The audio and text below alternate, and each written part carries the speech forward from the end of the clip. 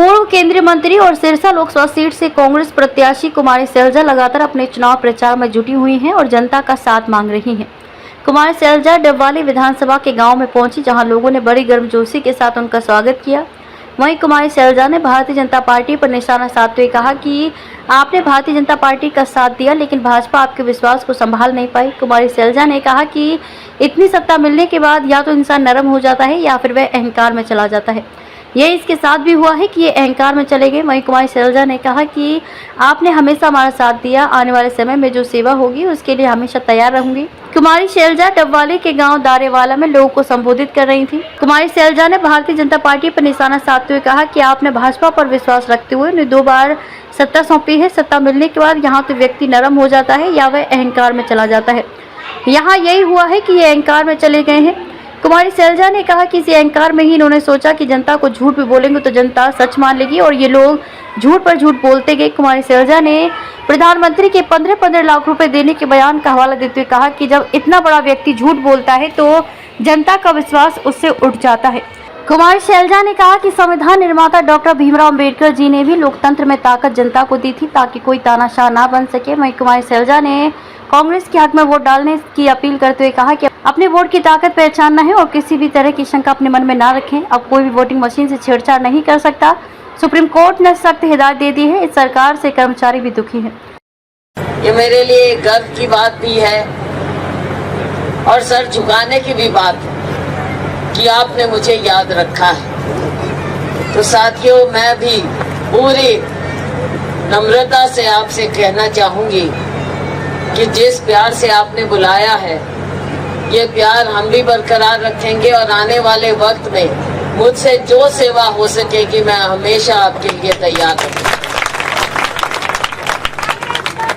हमने लंबा रास्ता तय किया। पिछले 10 साल आपने भाजपा को मौका दिया, लेकिन भाजपा शायद आपके इस विश्वास को संभाल नहीं सकी। इतना प्यार और इतना विश्वास, और 2 बार जब इतनी सत्ता मिले तो या तो इंसान बिल्कुल नरम हो जाता है या फिर अहंकार में चला जाता है। और यहाँ पर यही हुआ कि ये अहंकार में चले गए। इन्होंने सोचा कि हम जो भी करते हैं ठीक है और जनता को हम कुछ भी कह सकते हैं, जनता को बरगला सकते हैं। झूठ बोलेंगे तो भी जनता सच मानेगी, और 10 बार एक झूठ बोलोगे तो जनता सच मान लेगी। और ये झूठ पे झूठ बोलते रहे।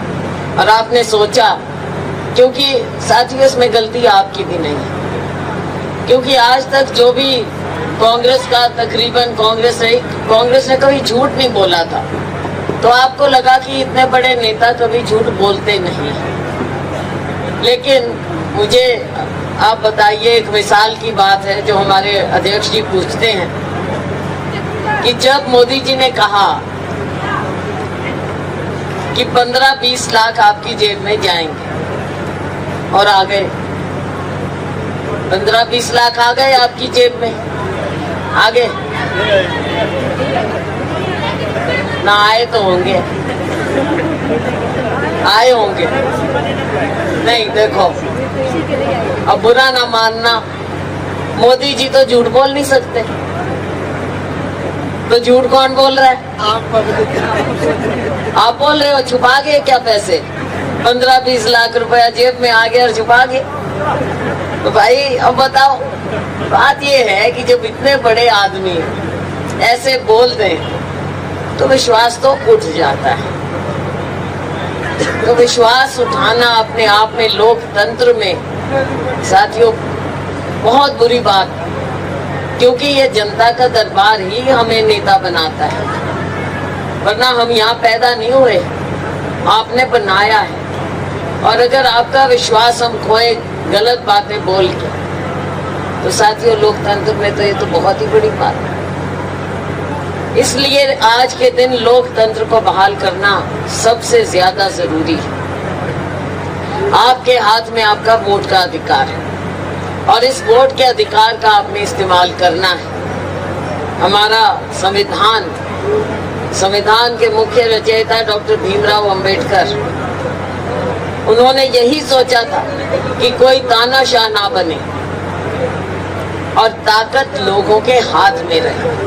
तो आज अपनी ताकत को आप पहचानिए।